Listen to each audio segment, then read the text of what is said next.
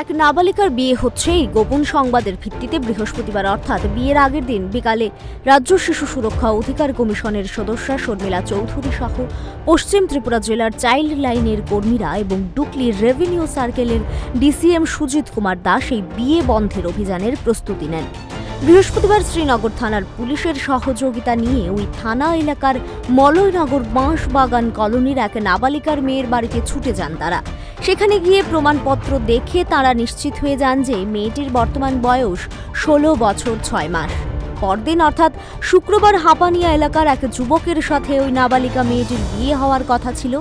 শিশু সুরক্ষা কমিশন এবং প্রশাসনের আধিকারিকরা ছেলের পরিবারের লোকজনদের খবর দিয়ে মেয়ের বাড়িতে ডেকে আনে। সেখানে ছেলে এবং মেয়ের পক্ষকে বাল্যবিবাহ আইন সম্বন্ধে অবগত করান। পাশাপাশি ওই নাবালিকা মেয়েটির 18 বছরের আগে বিয়ে দেওয়া হবে না বলে উভয় পক্ষ থেকে অঙ্গীকারপত্র দেওয়া হয় প্রশাসনের আধিকারিকদের কাছে।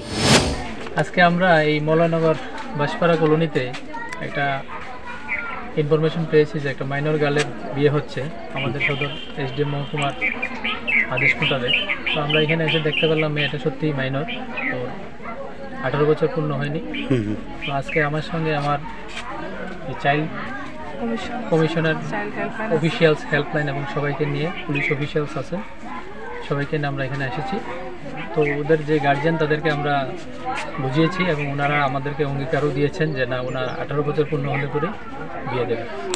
মেয়েটার বয়স কত ছিল স্যার? মেয়েটার বয়স আমরা দেখেছি 16 বছর 6 মাস। স্যার কোন জায়গা থেকে এসেছেন? আমি ডিসিএম ডুকলিতে আছি, সুজিত কুমার দাস। নাবালিকা বিবাহ ও বাল্যবিবাহ রোধে প্রশাসনের পক্ষ থেকে রাজ্যের বিভিন্ন জায়গায় ব্যাপক হারে সচেতনতামূলক সভা করা হচ্ছে, কিন্তু তারপরেও রাজ্যে এভাবে বাল্যবিবাহের ঘটনা ঘটেই চলেছে। মনে করা হচ্ছে এর জন্য দায়ী একমাত্র অভিভাবক মহল। কেননা ত্রিপুরা থেকে বাল্যবিবাহ সম্পূর্ণ বন্ধ করতে গেলে প্রথমেই সমাজের প্রতিটি মানুষকে সচেতন হতে হবে এবং এর বিপজ্জনক পরিণতি নিয়ে অভিভাবকদের কাছে দৃষ্টান্ত সহ তুলে ধরতে হবে। সচেতন সমাজকেও এদিকে নজর রাখতে হবে। Bureau report, Times 24। আপনি কি শিরদাঁড়া কিংবা কোমর ব্যথায় ভুগছেন? না, আর দেরি না করে এখনই চলে আসুন Asthimaya the spine and orthopaedic super speciality ক্লিনিকে।